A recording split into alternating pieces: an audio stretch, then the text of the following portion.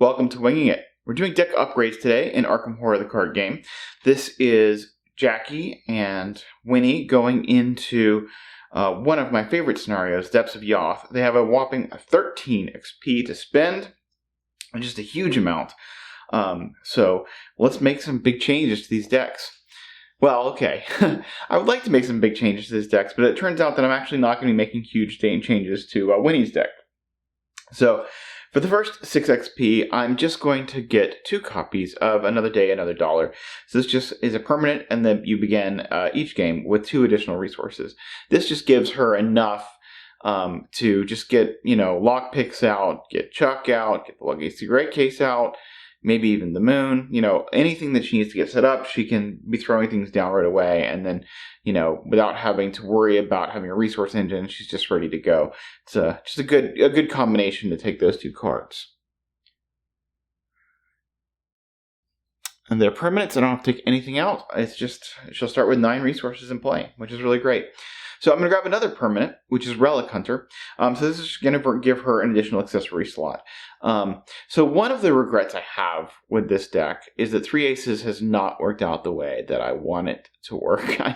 It ends up clogging up her hand and I can't get it. And I really think in order for this to work for this deck, you need to be able to assemble 3 Aces very, very quickly. And one way you'll be able to do that is by having 2 of the Lucky Cigarette cases out at once, so that you get 1 copy in, you can smash a test, you can search twice to find the other 2 copies, and then you can commit it and, just rock it through your deck, get the resources, all that kind of stuff.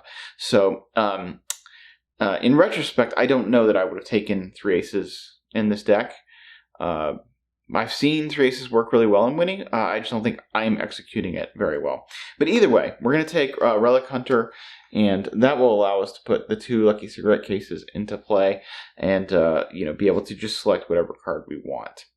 Okay, and then finally we have 4 XP left after spending all of that. And I am going to take out the 2 Perceptions. I had adaptable Opportunist to get those 2 Perceptions in the deck. I only wanted those for City of Archives. We're going to put Opportunist back in, but we're going to put the level 2 Opportunist. So that this one, instead of succeeding by 3 or more, you only have to succeed by 2 or more to get it back.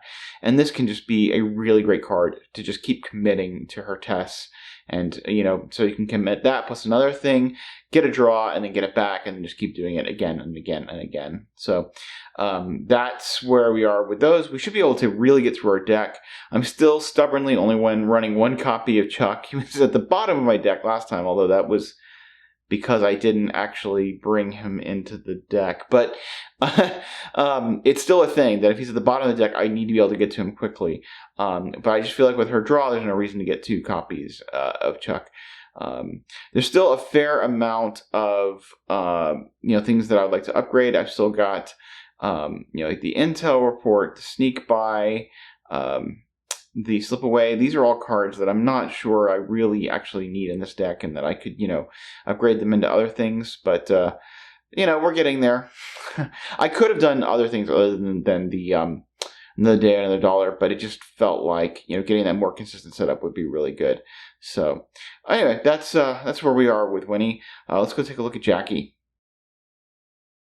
And for Jacqueline, we're mostly just going to be doing a bunch of upgrading. We have the same 13 XP to spend, but we also have the 2 XP from Arcane Research, so we can upgrade a spell.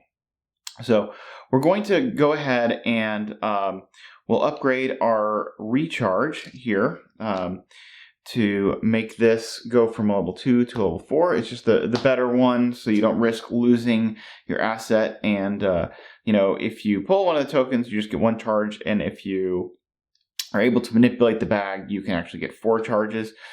So that's a better skill. And I know I haven't actually been using it. It wasn't, I don't know. Maybe Recharge has not been the best add into this deck. We'll see.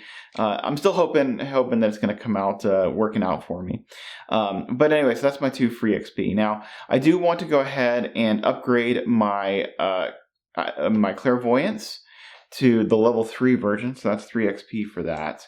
And that just gives me the willpower boost, so that it's just easier to hit those. We just are getting towards the end of the campaign, and I just really want her to have, huge high willpowers. So the same thing, we're going to make a change to Azure Flame. So I will say that, like, it used to be when you were running Mystics, that you would run, you would run 2 Shriveling, 2 Rite of Seeking, or maybe 2 Sixth Sense. But that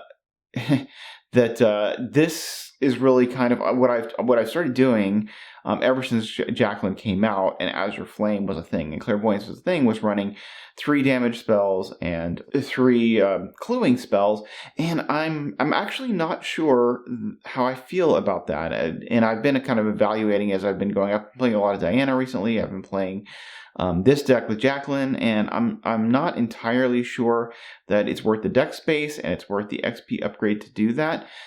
Maybe it's better to just, especially with the Arcane Initiates, I'm able to really get the spells fast. I feel like at the beginning of the campaign, I was feeling very limited and not getting out the spells, and now I feel like I don't have much of a problem with it. So I don't know how much of that is just my experience here, that I'm having an uneven experience, and I don't have enough to judge it, or I don't know. It's something for me to pay attention as I'm playing Mystics. But anyway, get that for free.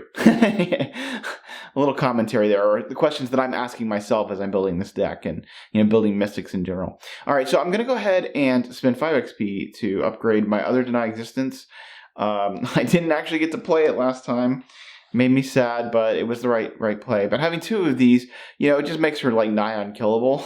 I say that, and she'll probably die, right? We'll probably go off the precipice or something. But it really, Deny Existence level 5, I guess people say it's a luxury card, and maybe it is a luxury card. Maybe we're at the point that I can buy luxury cards. But just being able to like, oh yeah, hey, I'm just going to heal all my horror because I bombed this test. Or heal all my damage. Like, it just gives you some peace of mind, and it's a really good, fun card. So that leaves me with 2 XP left. I don't need the Astral Travel anymore. We're done with the Astral Travel. I used it earlier in the campaign. It was okay. I thought I was going to end up using it in City of Archives because that map's so big, and then ended up just discarding it, just like my Deny Existence. But anyway, I'm just going to go ahead and put in a level 2 Fearless. She does have, she does have 2 trauma. She's got the Clairvoyance that can give her horror, the Shriveling that can give her horror, and just having a Fearless gives you some peace of mind. Although, Deny Existence can also reverse your horror healing, but if you're, or do horror healing, but if you're relying on that Deny Existence, it means you can't use it for other things. So we're going to go ahead and just grab a Fearless. I always really like it towards the end of campaign, sometimes even earlier in the campaign, depending on how we're looking on horror. And it's true that Jacqueline can often avoid those things with her, token manipulation, but I still feel really good about just having that as an option. So anyway, that's our decks. Let's go play one of my favorite scenarios, Return to the Depths of Yoth.